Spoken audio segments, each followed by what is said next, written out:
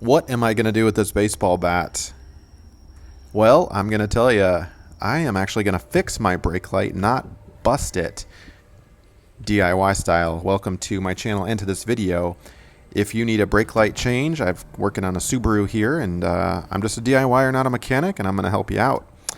I've got a baseball bat, and we're going to move the seat all the way forward. The idea is to press on the brake pedal. If you've got a little kid's plastic bat, or really a 2x4, any piece of wood here. The idea, if you're working by yourself, that is. Obviously, if you've got a friend or somebody, tell them to sit in the front seat and just press the brake. We're going to see which bulb is burned out. That one is good. Can you see that?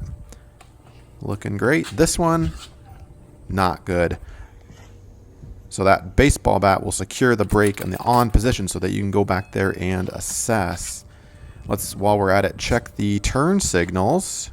Key in the ignition, head on back.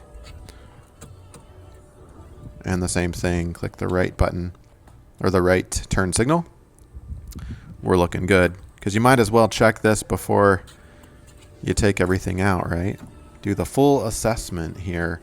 And we'll go ahead and back off the seat from the brake to release that. All right, we're going to put a little piece of tape over the burned out brake bulb because, in my experience, I can easily forget which one was burned out and which one was not. So we're going to get our brake bulbs here, and you can buy these at the store or online. I'll put a link down below. Make sure you do a cross-reference check to make sure it fits your particular make and model.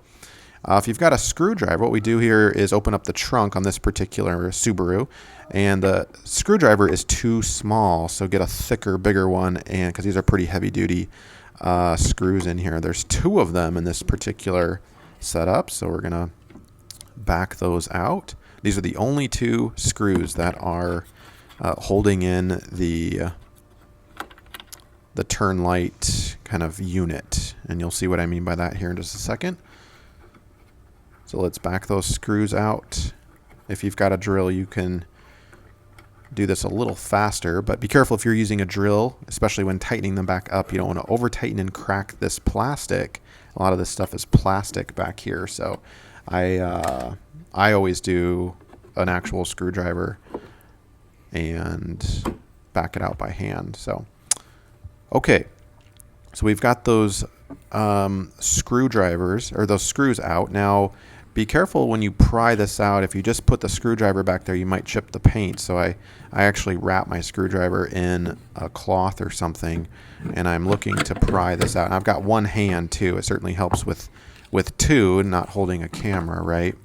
But once you do that, you can get that piece pulled out, and it should be secured by the wires naturally. So you shouldn't have to worry about it falling, but obviously you want to use 2 hands to make sure that it doesn't fall and break or anything. So we'll get those out, and the next step here is to find the brake bulb, and we'll just back out.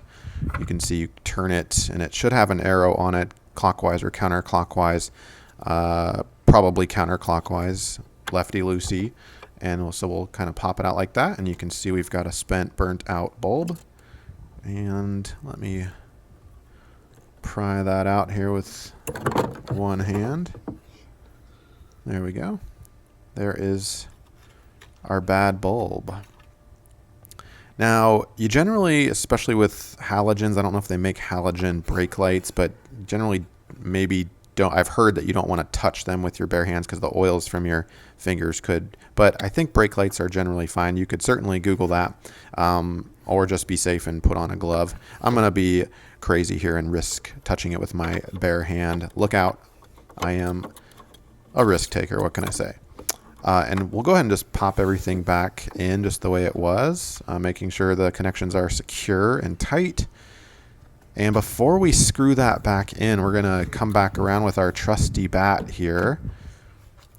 I know, who would have thought a bat could help out changing a brake light bulb so well? Well, I'm doing this by myself, like I said, so got to be creative sometimes. All right, so we'll move that seat forward, and that will compress the brake pedal to activate the brake lights. And you can see now we are back in business. This light bulb is working, and now I can proceed by hooking it back up. Now there's in this particular vehicle a clip right there, and you kind of have to orientate that, slide that in at the right angle. Bear with me. There we go. And then you can see the holes are aligned, so you can just put those screws back in. Start them by hand. And as you start them by hand, if you gently wiggle as you turn, you're going to make sure those threads seat properly, and you don't want to strip these out, obviously. So you could also put a little bit of WD-40 on those screw heads to make them go in and come out next time a little easier, because sometimes, especially if they've been sitting for a couple of years, they might seize up. I've had this issue before, so a little WD-40 might make your life a little easier next time when you go to do this. Little tip there for you. And we'll get those back in. And kind of like lug nuts on a wheel, you don't want to tighten one completely first and then the other. I like to get the bottom one tight or the top one a little tight just till it stops moving, and then do the bottom one, and then you can really tighten them up just so to make sure they're going in evenly. That's probably obsessive or overkill, but whatever, I'm that kind of person, so do the job right. All right, we are back in business, like I said, and a baseball bat. Again, who would have thought? Good to go. Hopefully this has helped you out. Click the like button and subscribe to the channel for more do-it-yourself videos. Thanks.